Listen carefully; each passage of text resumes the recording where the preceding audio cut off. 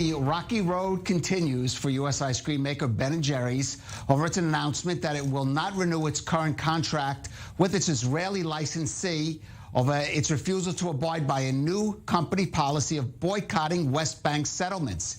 Several U.S. states are now examining punitive steps to take against Ben & Jerry's and its parent company Unilever over its violation of laws forbidding local governments to do business with entities that support BDS, the movement to boycott, divest from, and sanction Israel over its policies towards the Palestinians. But one local Israeli NGO is taking a more novel approach of retaliation against the ice cream maker. Shurat Hadin, the Israel Law Center, which usually focuses on cases seeking damages for terrorist attacks, says it plans to apply for trademark licensing of an ice cream brand under the name of Judea and Samaria's Ben & Jerry's. That's referencing the biblical name for the West Bank commonly used here in Israel. Well, for more, we are joined from Tel Aviv by Nitzana Darshan-Leitner, president of the Shurat Hadin Law Center. Nitzana, I guess if they can have Cherry Garcia, you could have Judea and Samaria's Ben & Jerry, but how exactly would you be able to pull that off? Okay, hi, Calev. Good evening. Once Ben & Jerry announced that they have no intention to be active in Judea and Samaria, meaning they're not going to produce ice cream or sell ice cream in this region, they lose the right for the trademark in this region.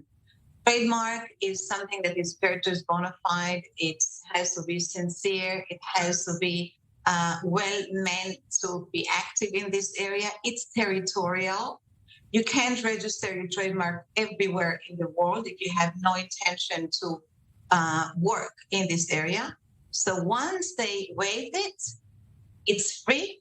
Everybody can take it over. What Shurat Hadin did is filed a request for the corporation register in Israel to register a company by Judea and Samaria, Ben & Jerry's. Well, Ben & Jerry's will know that they cannot work in this area anymore once they waive the right. I'm a little confused when you say this area because, of course, Ben & Jerry's can. In fact, they have said that they are going to seek a new Israeli licensee after the current contract expires. Of course, as it's been noted, their conditions violate Israeli law, but why would that obviate their trademark name, Ben & Jerry's? Isn't that still protected, even if, for example, it's no longer legal for them to market in Israel because of their stance on the settlements? Market in Israel, they can, and the Israeli company, I believe, will continue and sell in Israel. I don't know what they will do after 2022 when their license even to sell in Israel will be revoked. Judea and Samaria is a different region. The trademark for Judea and Samaria is not registered in Israel, and therefore it's completely free. And I can tell you something additionally, Caleb. The idea of companies that boycott Israel will have an advantage over Israel is no longer valid. The answer to the BDS, to those who boycott Israel, is simply to come and take over their trademarks. If they don't want to do business in Israel or in certain regions in Israel, we come, or other companies come, and take it over. You can't hold the stick in both sides.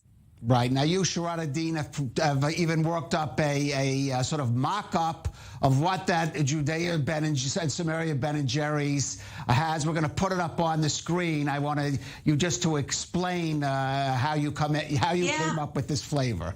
Look, we wrote to Unilever, the company that owns Ben & Jerry, that from now on, they don't have a right to sell their product in Judea and Samaria.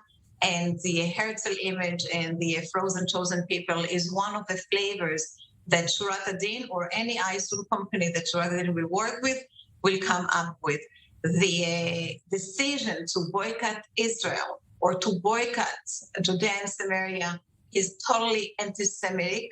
The Ben & Jerry decided to single out Israel because when they come and say that they don't want to work in occupied territories, they don't intend to lift their products from other occupied territories in the world, like Northern Cyprus, like Western Sahara, like Crimea or Georgia. They single out Israel. It's totally derived from hate, Jews' hatred.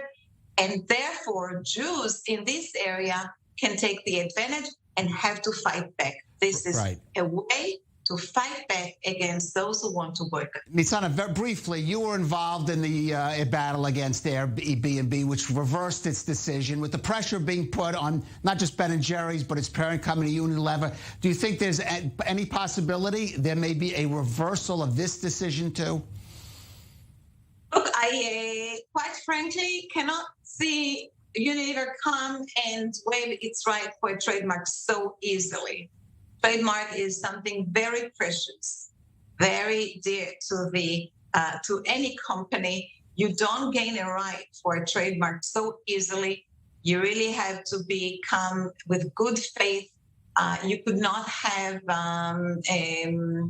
wrong considerations or some reasons that are not pure to safeguard your right to work in these areas.